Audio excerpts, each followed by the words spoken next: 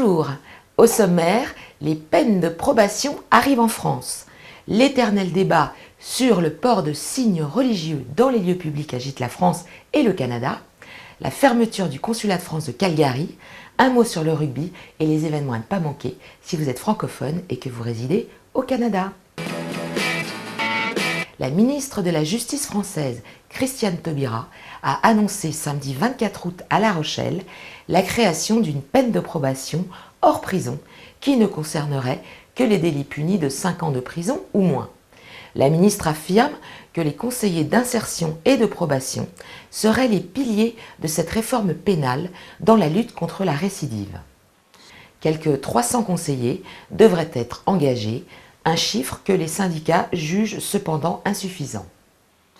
Christiane Taubira ne s'arrête pas là et compte installer le mois prochain l'Observatoire de la récidive afin de mesurer et de chiffrer ce problème.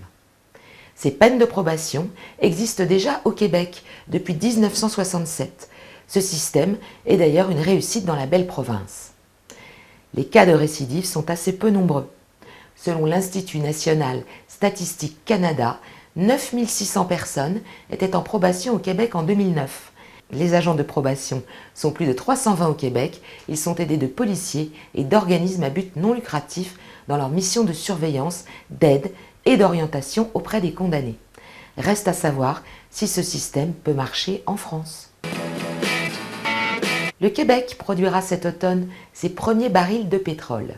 Le ministre du Développement durable et de l'Environnement canadien, Yves-François Blanchet, justifie cette exploitation dans une perspective d'indépendance énergétique. La société Petrolia, qui a identifié 7,7 millions de barils de pétrole proche de la ville de Gaspé, s'occupera de l'extraction du gaz. Un joli butin que la société québécoise détient à part égale avec l'une des premières fortunes de France, la famille Bouygues. Cette dernière, qui fournit régulièrement du personnel spécialisé dans les forages, a investi 15 millions de dollars via sa société canadienne InvestCan Energy. Un autre projet en Gaspésie va également voir le jour. Le champ gazier Bourque dispose de plus de 28 milliards de mètres cubes de gaz naturel. Petrolia collaborera encore une fois avec des Français, le groupe pétrolier Morel, sur 2000 km² de permis pétroliers. Les deux groupes souhaitent par ailleurs étendre leur collaboration sur d'autres territoires au Québec. Le ministre canadien des Instituts démocratiques de la participation citoyenne, Bernard Drinville, présentera sa charte des valeurs québécoises dans un mois. Et ce document risque de provoquer un nouveau débat au Québec. Selon l'agence de presse canadienne QMI, le gouvernement québécois s'apprêterait à bannir le port de signes religieux ostentatoires dans les institutions publiques. Niqab, voile, kippa, turban et croix n'auraient donc plus leur place dans les ministères, les hôpitaux et les écoles de la province. Le gouvernement, qui a toujours été très fier de son multiculturalisme, souhaite que l'État reste neutre sur le plan religieux. En France, la loi votée en 2004 interdit le port de ces signes dans les écoles, collèges et lycées publics français, mais accepterait le voile islamique dans les universités. Une situation qui risque de changer. Un rapport du Haut Conseil à l'intégration datant de début août préconisait l'interdiction de ce voile à l'université. 78% des Français seraient d'ailleurs hostiles à ce signe religieux. C'est une mauvaise nouvelle pour les ressortissants français de Calgary en Alberta.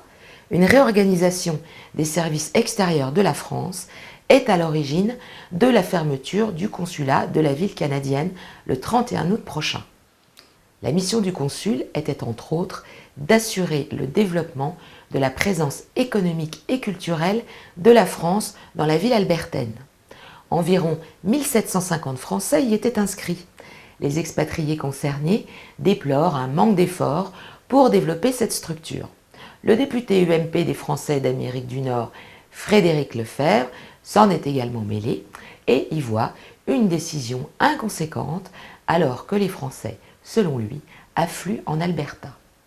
En attendant qu'un consul honoraire prenne le relais pour toute question administrative, les expatriés français habitant en Alberta peuvent communiquer avec le consulat de France à Vancouver. Enfin, un mot sur le sport. Le Canada a fini par se qualifier pour le mondial de rugby de 2015. L'équipe à la feuille d'érable a battu samedi 24 août les États-Unis 13-11 à Toronto. Les Canadiens rejoignent ainsi le groupe D aux côtés entre autres de la France. Lors de leur dernière confrontation, aux mondiaux de 2011, la France avait arraché la victoire au Canada 46-19 en Nouvelle-Zélande. Et enfin, les événements à ne pas manquer si vous résidez au Canada et que vous êtes francophone. Au cinéma à Montréal, vous aurez l'occasion d'aller voir La stratégie de la poussette, une comédie française réalisée par Clément Michel avec Raphaël Personnaz et Charlotte Lebon. Les horaires de ce film sont sur le cinémamontréal.com. Jusqu'au 2 septembre, à Montréal, venez participer au Festival des films du monde. La ville canadienne accueille de nombreuses œuvres françaises dans sa programmation comme Japlou, l'étoffe d'un champion de Christian Duguay ou encore Land de François-Xavier Vive. Plus d'informations sur le site qui s'affiche ici. Le 6 septembre prochain, au TD Eco Beach de Toronto, a lieu le Toronto Frosh Festival, une grande fête musicale auquel participera le jeune Nantais de 19 ans Hugo Leclerc alias Madéon. Infos et réservations au site qui s'affiche ici. À la semaine prochaine!